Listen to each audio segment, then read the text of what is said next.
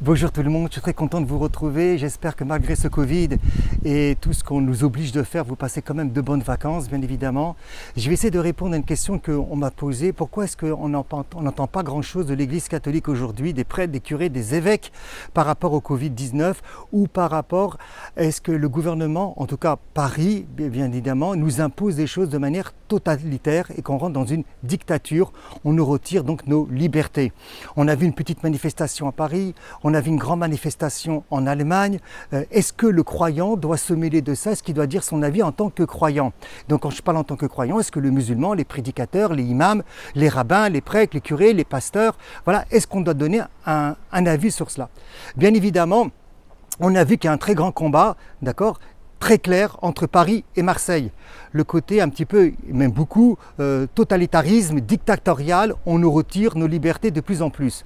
Un croyant qui, pour lui, bien évidemment, la liberté de l'être humain est extrêmement importante parce que comme c'est écrit dans le Coran, on a une contrainte en religion, on ne nous impose rien en religion et que la même chose pour le christianisme et la même chose pour le judaïsme, c'est-à-dire que Dieu nous demande de choisir entre le bien et le mal, mais de choisir, vous choisirez le bien, mais c'est un choix.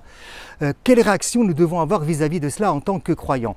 Alors la question elle est, pourquoi tout d'un coup on n'entend pas grand-chose? Alors bien sûr, je n'ai pas tout vu. Alors, j'ai répondu à cette personne que je vais vous répondre exactement aussi simplement. Par rapport à l'Église catholique, premièrement, ce qu'on peut dire c'est très simple. Ou bien les prêtres, les curés, les évêques, eh bien, ils ont peut-être peur d'aller contre le gouvernement et donc ils gardent leur place, un peu comme du carriérisme.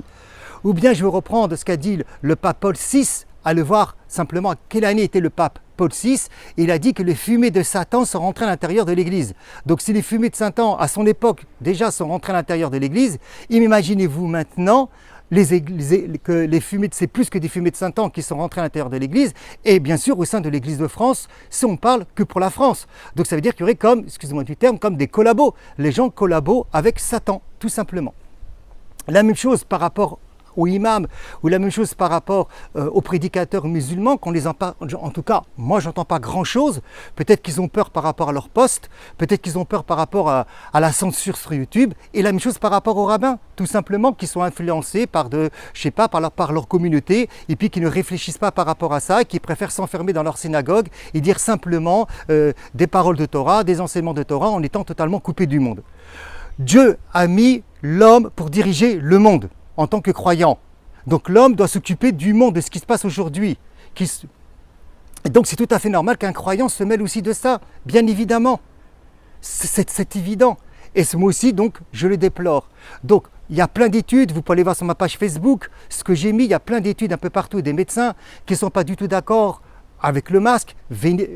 Véritablement, est-ce que le masque est réellement utile en plus dans l'espace public lorsque je me balade sur une plage ou lorsque je me balade en montagne ou lorsque je me balade à Paris, d'accord? Est-ce que véritablement le masque va nous aider? Mais en fait, le problème il n'est même pas là. Le problème c'est que de plus en plus on nous retire nos libertés petit à petit. C'est ça. Est-ce qu'il n'y a pas derrière une manipulation pour nous retirer nos libertés petit à petit, pour nous imposer plus tard autre chose, en disant c'est pour votre bien, c'est pour votre sécurité, c'est pour le côté sanitaire. Alors, quelle réaction nous devons avoir? Eh bien, j'ai dit nous devons parler en tant que croyants et dénoncer les choses, bien évidemment. Et puis, je vais vous dire un psaume le psaume 8, qu'il est important de solliciter nos enfants. Quelle que soit la religion, de solliciter nos enfants. Pourquoi je dis quelle que soit la religion? Parce que l'islam ne sera pas contre ce que je vais dire, bien évidemment. C'est écrit dans le psaume 8, verset 5. Écoutez bien le psaume 8, verset 3, pardon. Par la bouche des enfants et des nourrissons, tu as fondé ta puissance. Donc Dieu fonde sa puissance sur la bouche des enfants et des nourrissons. Pourquoi? Parce que le souffle de nos enfants sont purs. Et c'est pour ça d'ailleurs qu'on s'attaque à la famille et aux enfants. En dépit de des détracteurs, tu poses ta puissance sur le souffle des enfants. Tu réduis à l'impuissance ennemi et adversaire. Tu réduis à l'impuissance ennemi et adversaire.